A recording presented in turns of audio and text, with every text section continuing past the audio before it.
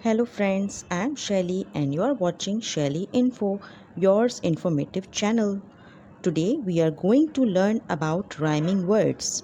In Urdu, Hum Awaz Alfaz. What are rhyming words? We sound words are two or more words that have the same or similar ending sound. Some examples of poetic words are Raja, Baja, Sher, Der, etc. They are mostly used in poetry. If the last words of the poetry have the same or the similar, then it becomes a poetry.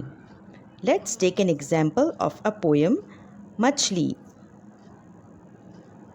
Here is written, मछली जल की रानी है, जीवन उसका पानी है, हाथ लगाओ तो डर जाएगी, बाहर निकालो मर जाएगी. In this poem, there are four rhyming words, Rani, Pani, Dar and Mar. Rani in the first line, Pani in the second line, Dar in the third line and Mar is on the fourth line. Mostly rhyming words are used in poems. We have another video on Hum Awaz Alfaz Basic which is in Urdu. The link has been shared in the description box.